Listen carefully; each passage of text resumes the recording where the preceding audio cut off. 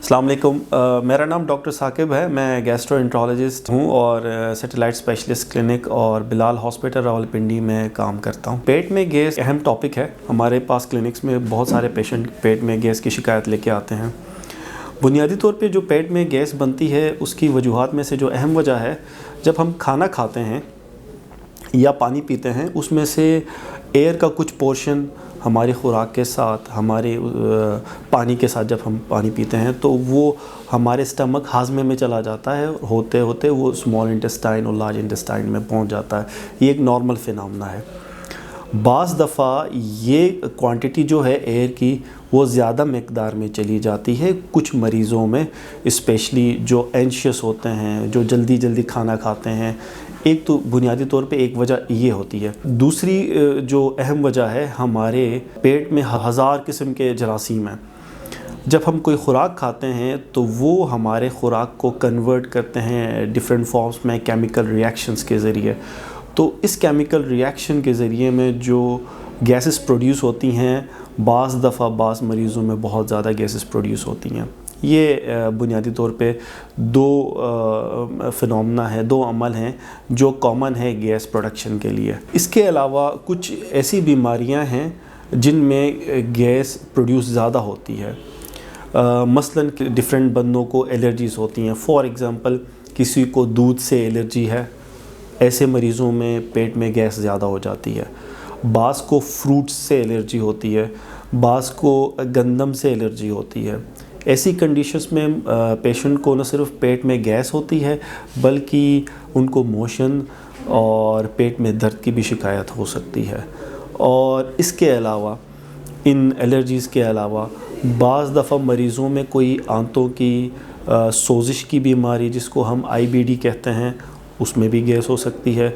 अगर किसी मरीज़ की पुरानी पेट की सर्जरी हुई है, या बाज़ दफ़ा मरीज़ों में ख़ास किस्म की बीमारी होती है जिसको डाइवर्टिकुलर डिज़ीज़ कहते हैं, जिसमें बड़ी आंत में गुब्बारे नुमा सोजिश होती है, उसमें भी गैस प्रोडक्शन ज़्यादा हो सकती है। जैसे कि पहले डिस्कस हुआ कि जब हम खाना जल्दी जल्दी खाते हैं, एंशियस होके खाते हैं, कंसंट्रेशन फोकस नहीं होता, कहीं और फोकस होता है, तो हम एयर बहुत ज़्यादा स्वॉलो कर लेते हैं साथ, तो इससे एयर हमारे पेट में ज़्यादा चली जाती है, नंबर एक।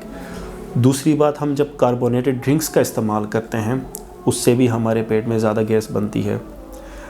जो पेशेंट्स ज़्यादा स्मोकिंग करते हैं और स्मोकिंग करते हैं उसकी वजह से भी पेट में गैस ज़्यादा होती है। जो च्युइंगम का इस्तेमाल करते हैं उनमें भी पेट में गैस की शिकायत ज़्यादा होती है। तो ये वजूहात अगर इनको कम किया जाए तो गैस प्रोडक्शन और हमारे पेट में गैस में कमी भी हो सकती है। पेट में गैस की ज़्यादती के लिए जो ग़िज़ाएँ हैं उसमें से सबसे इम्पॉर्टेंट जो है दूध है। दूध से एलर्जी, जिसको लैक्टोज इंटॉलरेंस कहते हैं, कई एक पेशेंट्स को होता है। उसका डिटेक्शन का एक ही तरीका है ज़्यादातर, वो ये है कि अगर कोई बंदा दूध पीता है या दूध से बनी हुई चीज़ें इस्तेमाल करता है, फॉर एग्ज़ाम्पल आइसक्रीम लेता है या दूध पीता है, दही का इस्तेमाल करता है, तो फ़ौरन जी पेट फूलना शुरू हो जाएगा, पेट में गैस ज़्यादा हो जाएगी, मोशन शुरू हो जाएंगे। तो इसका मतलब है उसको लैक्टोज इंटॉलरेंस है। तो ये एक बुनियादी वजह है। इसके अलावा बाज़ बंदों जो आर्टिफिशियल स्वीटनर्स होते हैं, मुख्तलिफ़ किस्म के जूसेस हैं, उनसे होती है। बाज़ को जी ये बीन्स से होती है, कुछ को सब्जियों से होती है, स्पेशली ये बंद गोभी, फूल गोभी, इनसे भी ज़्यादा गैस बनने के चांसेस ज़्यादा होते हैं। एक इम्पॉर्टेंट बात, कुछ पेशेंट्स को गंदम से एलर्जी होती है जो एक अहम बीमारी है, इन सबसे अहम बीमारी है, इसमें भी गैस प्रोडक्शन ज़्यादा हो सकती है। तो गंदम से एलर्जी जो है उसके लिए न सिर्फ पेट में गैस बनती है बल्कि उसमें मोशन भी हो सकते हैं और खून की कमी भी हो सकते हैं।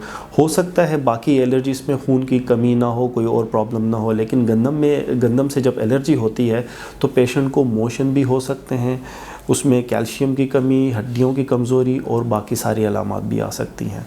लिहाजा ये एक लंबी लिस्ट है जिसको हमने देखना होता है, लेकिन कॉमन वो बातें हैं जो मैंने आपको बता दी कि दूध, गंदम, आर्टिफिशियल स्वीटनर्स, गोभी और बीन्स, یہ بڑی اہم غذائیں ہیں جن سے پیٹ میں گیس ہو سکتی ہے۔ جن بندوں میں پیٹ میں گیس زیادہ ہوتی ہے ان میں ایک اہم چیز میں بتانا چاہوں گا، وہ سب سے پہلے ایک لسٹ بنا لیں ان غذاؤں کا جو وہ روزمرہ استعمال کرتے ہیں۔